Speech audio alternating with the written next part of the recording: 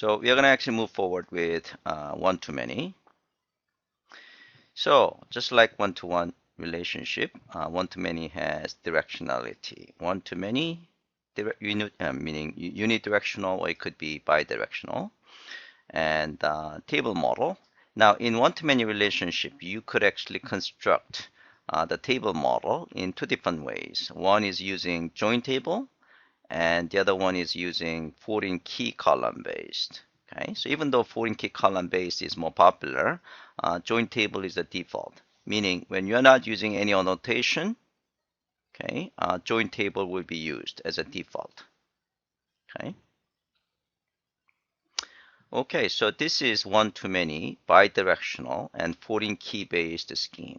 Okay, so this is the owner of the relationship, meaning it's the one that has, in one-to-many relationship, owner of the relationship is always on many side because many sides has to have a foreign key. Okay, so owner of the relationship always has to be on many sides. So in this case, customer has many orders. So orders is a many side, so that is the one that should have the foreign key column. Okay, so reverse, which means that the customer is the reverse owner. Okay, so here you could have one-to-many and mapped by. Okay, and so in this case, customer has many orders. So order table is the one that has a foreign key. The column. The way it's going to construct name of the foreign key column is taking the name of the field and then take the ID of customer table. Okay, so this is actually what is made as a default foreign key column name. Okay, so this is basically what I just talked about. Okay, so JPA automatically creates a custom CID foreign key column for mapping, and of course you can override the name of the foreign key column using again join column annotations. Okay, you can also use the join columns for composite foreign keys. This is something we are going to talk about later on. Okay, so map by. Map by is always used in reverse owner. Okay, so reverse owner or inverse owner. Okay, so the map by always has to point the field of the owner side. Okay, so this one and this one has to match. So the inverse side of the bidirectional relationship, in this case customer, must refer to the owning side by use of map by element of one-to-one and one-to-many or many-to-many annotation. So map by element designate the field in the customer, the owner side. Okay. Okay, so join column is used again to have a custom column name for that foreign key column. Okay, so join column, if I want to have the custom column name of my cust ID, then you can use a join column. And of course, you should use a join column in the owner side, right? Because the owner side is the one that is a foreign key column. Okay, so let's do exercise 2. So exercise 2 is pretty much similar to what we have done in exercise 1. So here, again, we're going to try with the unidirectional first and then bidirectional.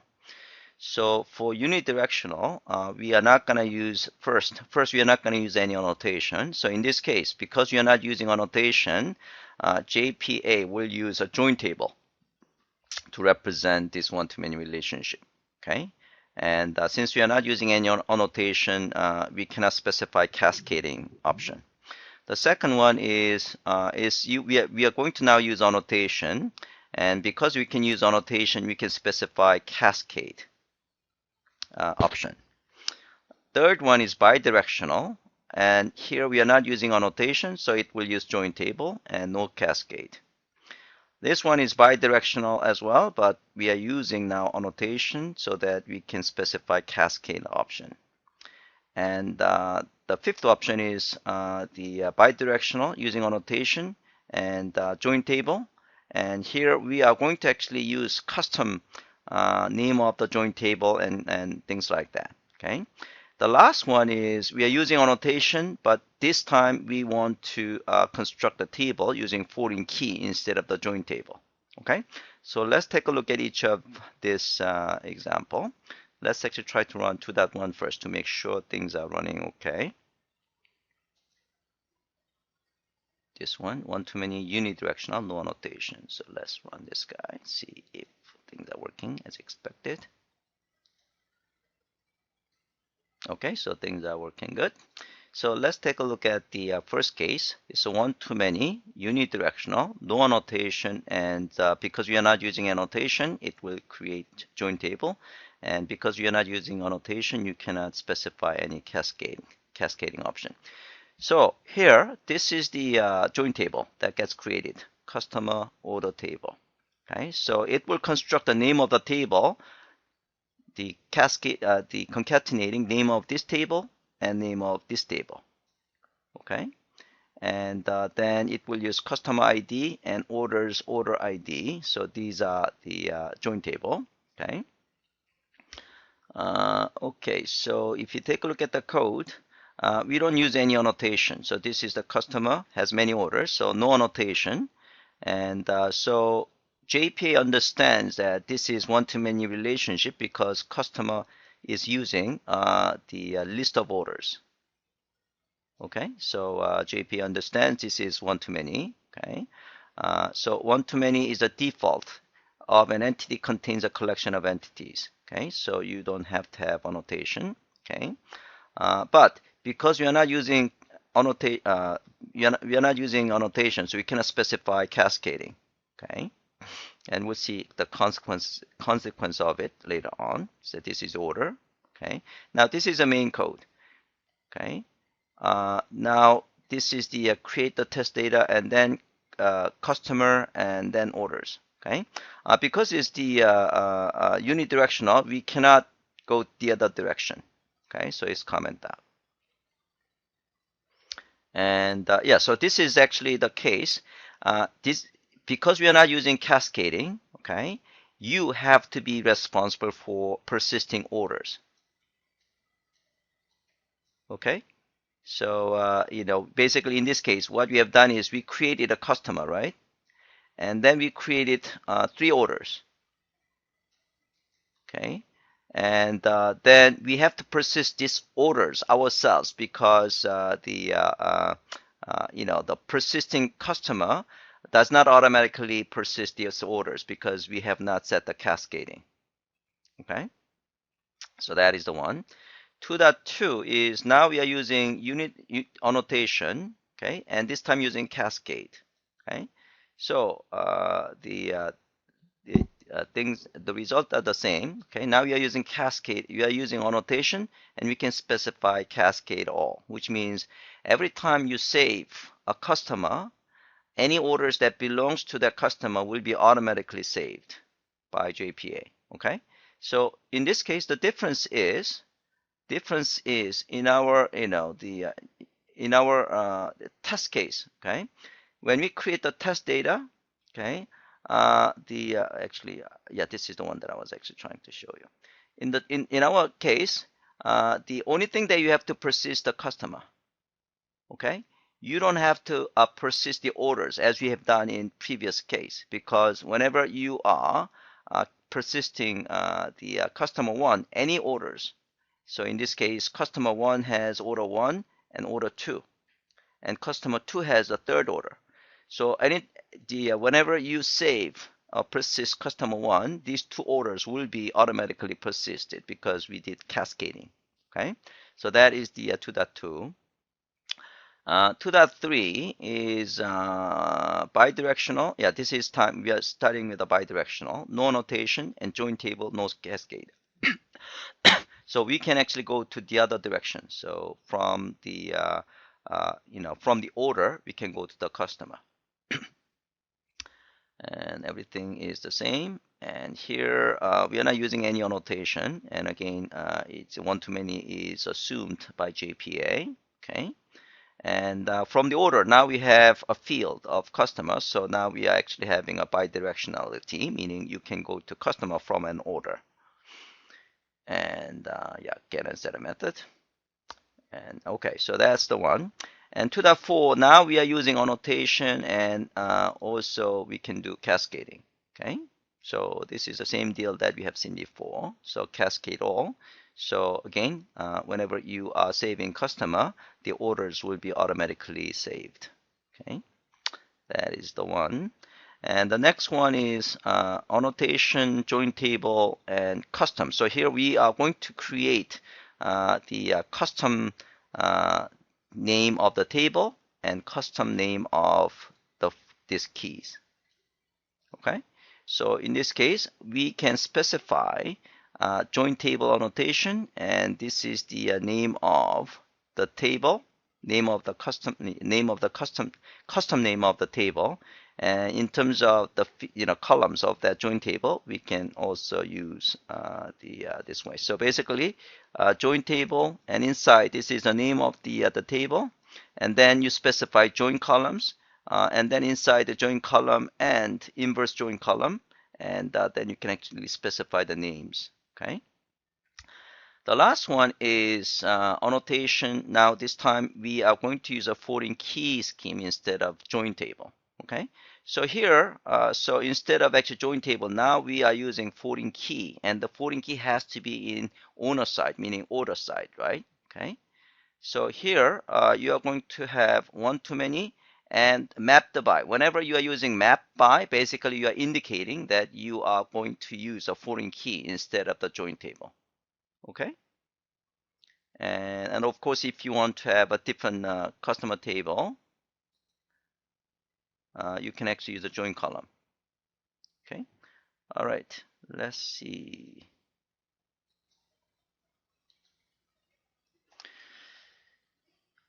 So the last cardinality relationship is of course many to many.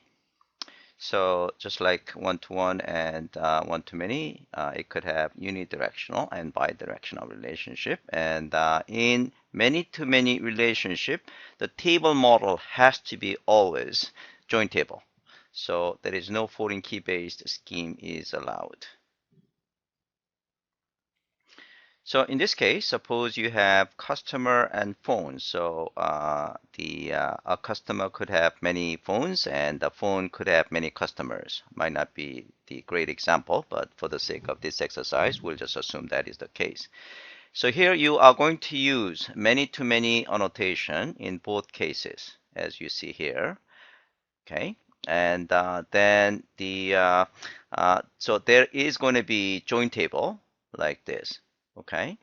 Now you can see map by phones. That means which one actually is appearing as a first column. So that's basically indicating which one map by. Okay. And also map by also has another role, which we're going to actually talk about in a few seconds in many-to-many relationship. So join table name is made up of two entities. Okay, so just like the case in one-to-many case that the join table was made up with the two entities, right? And the field name is the name of the entity plus the name of the primary key field. So here, customer ID and phone's ID. Okay. All right. You can certainly have customized table name using, again, the join table and join column. So this is the same annotations we have seen in one-to-many case. Okay. Bidirectionality in many-to-many. So although a many-to-many relationship is always bidirectional on the database, the object model can choose if it will be mapped in both directions and in which direction it will be mapped in. So if you choose map the relationship in both directions, then one direction must be defined as the owner, and the other must use the map by. So basically, map by attribute is used in inverse owner, as we have seen before, right? And this also avoids having to duplicate the join table information in both places. Remember yesterday, a couple of days ago, I think, when we do hibernate many-to-many relationship, we have seen a join table that has actually duplications, right? So in this case, by having map by attribute, you are going to be able to actually we are going to actually avoid that problem. So that is basically in this slide. If the map bar is not used, then the persistent provider will assume there are two independent relationships, meaning independent one-to-many relationship in a sense, and you'll end up getting duplicate rows inserted in the join table. So if you have a conceptual bidirectional relationship but have two different join tables in the database, so unless you want to have two different join tables in the database, you should use map by, and that will actually remove the duplication. All right, so let's do exercise 3. So pretty much so here bidirectional join table. So in many cases always has to be join table. And here we are going to choose event as owner, and the other one we are going to choose speaker as owner, and the last one is the custom table name and custom column names. Okay, so this is a case that we are selecting event as owner. Okay. So this is the speaker and this is event. And then the name of the table is going to be event speaker, and event ID comes first.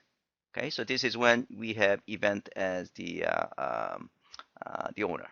Okay, so here if you take a look at event, this is the one that has the many-to-many annotation, and you can certainly specify cascading. Okay, so you can see this is the collection. Event has many speakers.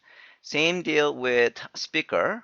However, in this case, by using map by, you are indicating who is in fact the owner. So in this case, whenever you have a map by, the other side is the owner. So map by is used in reverse owner class. Okay.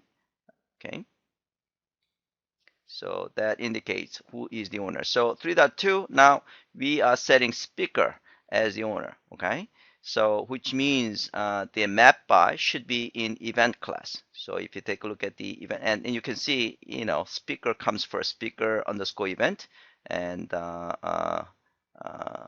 actually I expected the speaker's ID comes here first, but I guess it's not.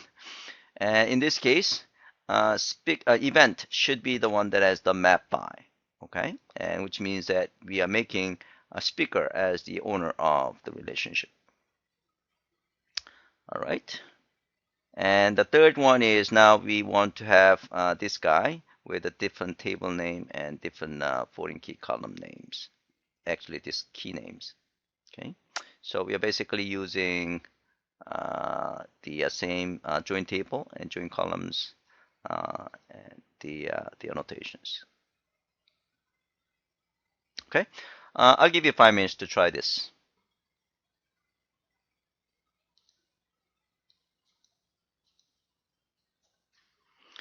So let's talk about cascading a bit more in detail. So cascading behavior. So cascading is used to propagate the effect of an operation to associated entities. So we have seen examples of this one already.